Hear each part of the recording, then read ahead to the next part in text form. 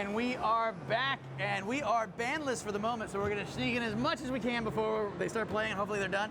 But I'm joined right now by Andy and CJ. How you guys doing? Doing great. Now you guys are from Sony Computer Entertainment America, is that right? Yep, Zipper Interactive in Seattle. Oh, that's right. And Yeah. me and you had talked before, SOCOM in the past. Yeah, both of us were SOCOM guys back in the day. And now we are here to see the evolution of your progress, and we are now looking at MAG, is that right? Absolutely. Now MAG, like if you haven't seen this game, you guys were doing a little demo action in the press conference earlier.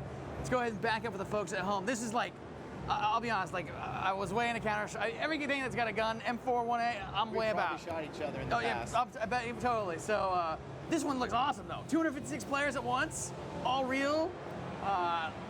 Tell me about it, please. All right, so it's big, and there's lots of stuff going on. No, MAG was really built around kind of three pillars of gameplay. These are the litmus tests, the razor we use to decide what gets in and what gets out. The first is, of course, scale, believe it or not. 256 players. We wanted to kind of break new ground technology-wise, and also try to create some gameplay experiences that you just can't do with lower numbers of players. Let me ask you before you go any further. Yeah. Like, am I crazy? Like, I've been thinking about it. Like, all right, so quick, no, like, like that. Every game that I go through my head that I've played online, multiplayer, PC, or anything. Have I ever actually played a game that was like this, first-person shooter style? Like it PlanetSide, maybe, right? PlanetSide.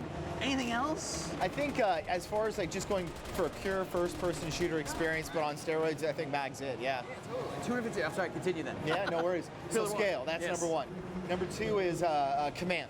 You got 256 people running around the battlefield. First question everybody asks, you look at the boards, you can see it too, is it going to be chaos? Is it going to be everybody's going to be running around?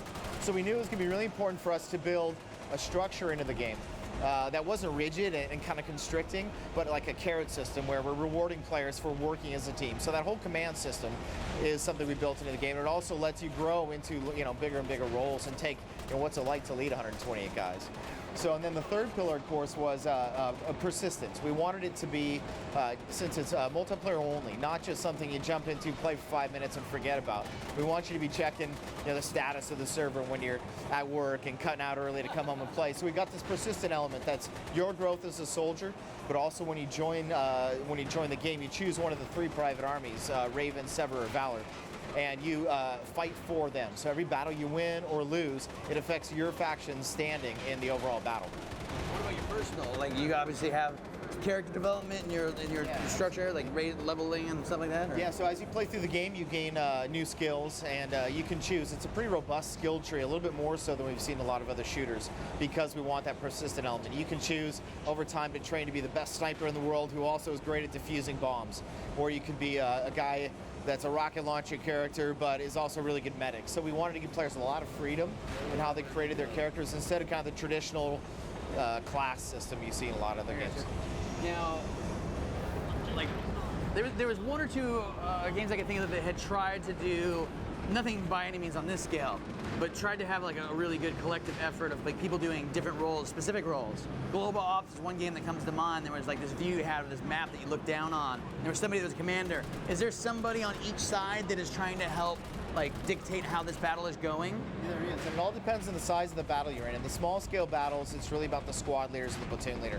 When you're on a scale like this, when you're on the 256 player battles, you've got an officer in charge, two of those, one on each side, and they're coordinating. They have communication tools to talk to their platoon leaders, 4 platoon leaders below an OIC, and then each platoon has 4 squad leaders. Just like the real military, by kind of disseminating that information through a chain of command, it makes it all much more digestible. Now, and like, how does it work, like, in terms of 256, so I guess that when you break it down, right, how does that work in terms of numbers? When you get like the sides divided, like I'm good at math, but like, how does that work? Starts with the soldier. That's the lowest, the lowest unit on the field is one guy. That's you. So then you have 7 other members in your squad, so a squad of 8. And there are 4 squads in each platoon, and then 4 platoons in an entire company on the whole side. So it's very, reminiscent to traditional military that everybody around the world uses because it works. Sure. So.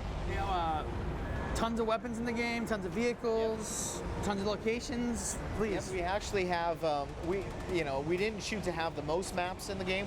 We shot to have the biggest and the most flexible. So our maps are broken down into obviously different platoon areas. Like in this battle, you've got a central hub. This is a Sever base. It's one of our factions. The center of that map is the objective. You know, it's a fuel refinery that you're trying to attack and blow up. You got 4 platoons. CJ's got the CNI here. 4 platoons are all coming in from different directions, the 4 points of the wind, and are going to meet up at the center for a final assault on that objective. So think about it. If you've got 64 players in each of those areas, if you're in a different squad, you're taking on a different attack in each of those areas. So you've kind of got 4 maps at least in this one large-scale map. And then based on whether you're attacking or defending, the game's very different too. All the attackers come in with mobile assets, helicopters, airborne strike vehicles, and the defenders all have fixed emplacements like mortar batteries and sensor networks, kind of stuff that's embedded into the world. So if you're defending, you're going to bring a different loadout to the battle, you're going to have different tactics, different strategies, and have a really different experience. So lots and lots of replayability. And then on top of that, I can't stop going here. On top of that, you got commanders, and based on whether my squad leader says, right, everybody's going to work up the left flank this time, or the right, or right at the center, that right there is 3 different gameplay experiences, so lots of flexibility. Yeah, that's just unbelievable. Like, I feel like with everything that you've told me and everything that I'm seeing right now, I've still only seen like a fraction of everything that there is. You have. One question I definitely have is like, what about environmental damage? Everybody's descending on this building and they're going to blow it up or whatever. Yep. Number one, am I going to see that graphically, you know, that structure, am I going to see it get wiped out, blown up? And then 2, is that like also represented on the map as being like destroyed or demolished? It is. So we talked about early on, okay, we're going to go for fully destructible environments. And there's a lot of cool things about that, but it's also, there's some downsides as well as far as just communicating gameplay. In a game of this size with this many players, we didn't want a new player to come in and go, ah, shoot, what do I blow up? Right. You know, what does it mean? So everything that we have in our environment, there's a lot of it that can be destroyed or repaired or all gameplay objectives. So CJ, if you can find, you know, a motor pool or a sensor or something like that. So he's moving forward here towards one of the destructible objects in the environment, which is a sensor network. Now, if he's able to plant a charge at the base of this, defend that for 30 seconds while the defenders are trying to defuse it, it'll blow up. And what that means is now he's shut down this platoon's sensor networks. Enemy commanders can no longer trigger a sensor sweep to reveal his position. So everything in the battle has meaning. Like if you've watched all the World War II movies in the last 10 years, storming Normandy Beach, the first thing you have to do is break through the lines. You know, you want to get your demolition charges, blow up the, the Concertina wire or something like that. And then you got to take out the bunker, and then you got to get through the tank traps. Those are all very discrete objectives within our game that are destroyable and repairable from the defender's point of view. It sounds like you have thought long and hard about this, my friend. Yeah, you have. It's fun though. I got a billion questions coming in from our audience. You mind if I throw some your way? All right, shoot. All right, let's see here. Kaylan in Ireland. Having over 250 players in one area seems like it would cause a lot of lag. What are you trying to do to reduce or remove this lag? So there are a couple of things. Obviously you're watching the game, you can see it's pretty smooth running. There's been a lot of work from the beginning of this game. That was going to be a pillar, was 256. So we have a really strong networking team. Our server teams are great. And they built, first and foremost, the network technology and the server sets to support this game before we even could fire a weapon. And so they've done a lot of work on the network side to make sure that the information you're getting as a player is the stuff that's relevant to what's going on around you. So, if the 256 guy away from you that's shooting is not nearly as important as the guy right next to you. So you're going to get the most updates for the guy sitting right next to you. So it probably works the same way with like the Bluetooth headset, right?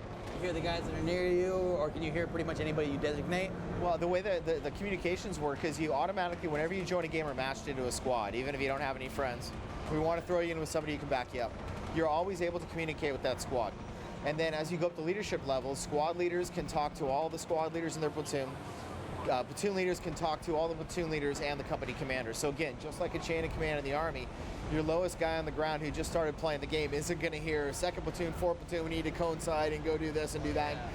Too much information. So he's going to hear what the 8 guys around him are doing and what his objective is. And as he goes up in ranks, he'll start to, kind of peel back the layers of the onion and see the rest of what's going on. That's super slick. It seems like it'd be a hard balance to strike to try to dump somebody into the game with everything already going. but to try to walk them along. But it sounds like you guys thought of a good way to do it. Trying to do. I mean, again, everybody's asked. Nobody's going to work as a team. Well, first of all, all of our play tests, we're seeing people working to a team, even new guys to the game.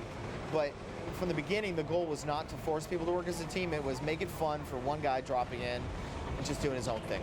And then, we've added lots of incentives and tools and carrots for players to, as they play, to realize working as a team is the way to go. This is a good question. Cameron Napolitano out of Brockton wants to know, who exactly you playing with, CJ? Who you playing with? We're back up at Zipper right now.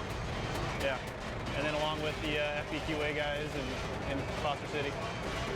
I also have, I think they'll let me throw a couple more questions at you before we go. Is there anything, before I get the last questions, is there anything that we haven't covered that we definitely should? No, I think we hit the big points. It's a lot of fun. Robert Macias out of Colorado Springs, based on the idea of having 3 factions and a player's ability to choose one of them, are there advantages or disadvantages in that matter, depending on the number, does it matter the number of players that are one faction versus another, or? It doesn't. Actually, he reminded me of something I forgot to mention, and I'll get to at the end. But the factions are all balanced. We wanted to make sure, first and foremost, that you don't have one that's got, lightsabers and laser guns and the other one's throwing rocks. But they all have very unique styles. So we wanted each of the private armies to appeal to a different type of gamer. I like the traditional military stuff, so I'm going to tend to lean towards Valor. Somebody maybe into more of the skate punk type stuff might lean towards Sever. And somebody who likes the high-tech, futuristic type stuff is going to gravitate more towards Raven. Their weapons are slightly different. They all have a different set of weapons and different vehicles, but they're all comparable, given some strengths and weaknesses. Excellent. All right, Andy, I'm going to let you go. All right, sounds good. Thank you so much for spending the time with me. My pleasure. Appreciate it. No, thank you. Thanks to CJ for the demo. Appreciate it. No problem. And good luck to both you guys, and have a great E3. All right, we'll see you in there. I hope to see some more. I can't wait to see some more. When beta? We haven't announced beta dates yet, but we are planning on coming out this fall, so it's right around the corner. Keep my ear to the ground. Yeah. All right. You got a business card before you go? Sure thing. Yeah. All right, Andy. For everybody else, thank you so much. We are going to be looking at, I believe, Army of Two. Army of Two. Have you guys seen anything, heard anything about it? Did you play the first one? No, that's all they're doing. That's nothing new. All right. We're going to go ahead and take a look and see what we can find out about the new one. Let's check it out.